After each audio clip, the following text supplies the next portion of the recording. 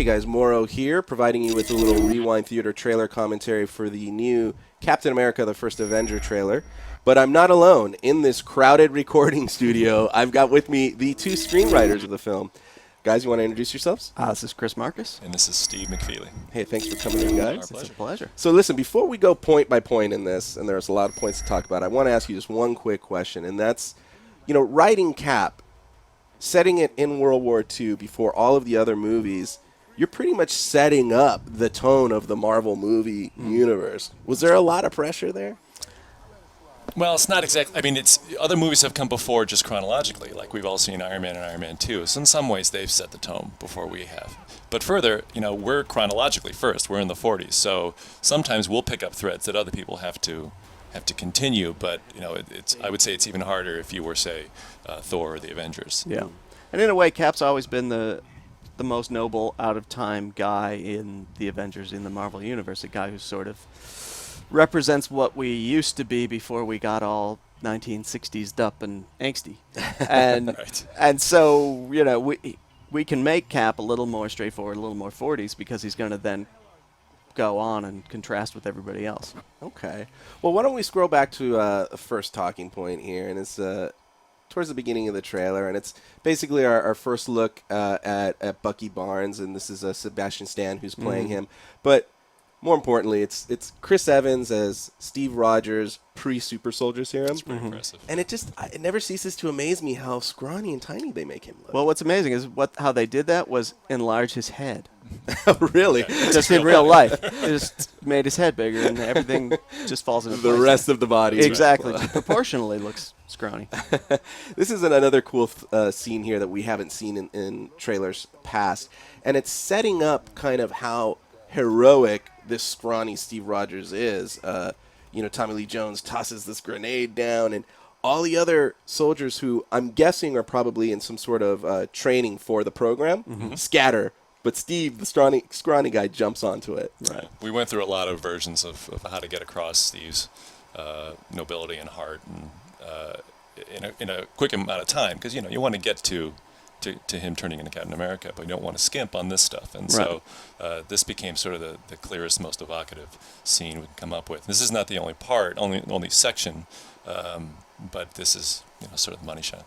But it also illustrates, if you have super soldier serum, you don't need a robust guy. You need the inside of that, because the outside is going to come when you stick him in this tank you see here. Right, exactly.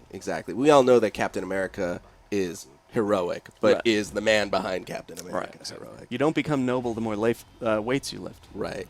And so here he's got the serum, and he's pelted by is it Vita rays? Yeah, they are indeed Rays, Vita rays. Right. Yes. And now he's buff Steve Rogers. And I'm going to stop here because this is our first look at this character in any trailer as well. And if I'm not mistaken, from the comics, this is Nazi saboteur Heinz Kruger. And he essentially destroys the program, right? Yeah, I mean the deal is that Cap is the only super soldier, and the way that happens is because all the equipment, all the science, and all the research behind it gets destroyed by this guy here. Yeah, if it wasn't for Heinz Kruger, we'd all look like Captain America. That's right. Because you had made a point earlier, scientists don't write anything down. Right? Exactly. Exactly. It's all up here. And speaking of scientists, I'm going to stop right here. This is our first kind of clear shot in any trailer again of the Hydra symbol. Right. And I believe the dialogue that's playing out right here explains that Hydra is a science division of the Nazi Party. Right. It is Not like, say, the Luftwaffe or the SS or the Gestapo. It's a division of the Nazis. And I guess that fits in pretty cool because I don't know if I'm not a World War II historian, but I've always heard the stories of Hitler was very fascinated with like the occult and the science and that sort of thing. Raiders of the Lost Ark uses that as its premise. Yeah. Now, what about, we had talked earlier, and if you wouldn't mind reiterating it, Sure. why make Hydra the bad guys and not just the Nazis? Well, one, they're just hugely iconic in the Marvel Universe, and we wanted to set them up and get them going so they could be this evil undercurrent throughout basically whatever comes next. It's also slightly a nod to we wanted to have respect for the guys who actually fought in World War II, and as much as people might want Cap, storming Normandy Beach, we sort of felt that there, it was kind of inappropriate and offensive to your grandfather who actually stormed Normandy Beach. Right. So Cap has his own adventures in World War II, mostly fighting Hydra. Okay. And so now I am going to stop right here. Boom.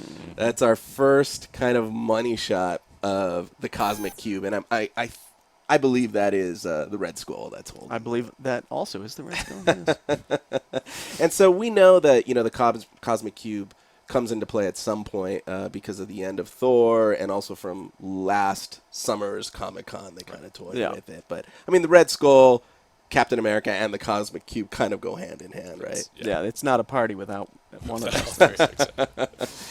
And so I guess the thought process as well is that all of this kind of advanced science that we're seeing during the World War II era is a direct result of the cube. Yeah, the cube puts the skull far ahead of us. Okay.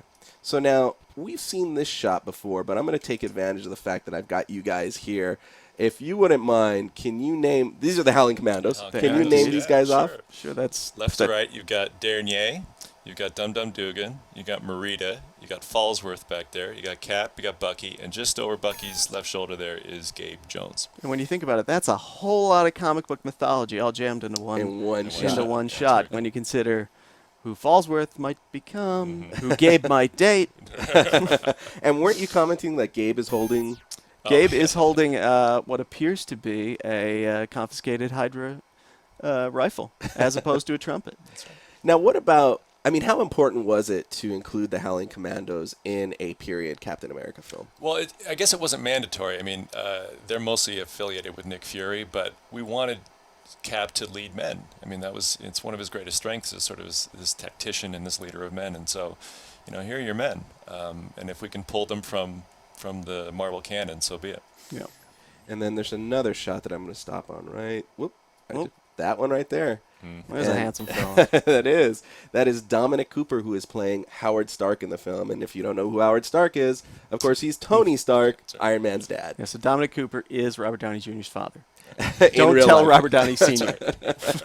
So we got a hint in Iron Man 2 that Howard Stark played an important part in the early kind of Marvel superhero universe. He helped kind of create S.H.I.E.L.D., but what role does he play here in Cap's kind of origin? Let's just say he's Cap's Q. How about that? So if Cap is James Bond, Howard Stark is his Q. Indeed. That is a great, great description. I love it. And so, of course, here, again, we've seen this already, but I love stopping on it. Yeah, it's pretty cool. It's an awesome shot. And the fact that Cap is holding and using a gun. I mean, he is a soldier in World War II. Yeah. It'd be pretty tough to go into battle, particularly when you've only been Captain America for so long. Gotta be pretty confident. 70 years later, I can see Captain America. I don't need a gun. Right. Guns are for jerks. But that early on, I'd take one too. Well, speaking of different weapons, let's look at this right here.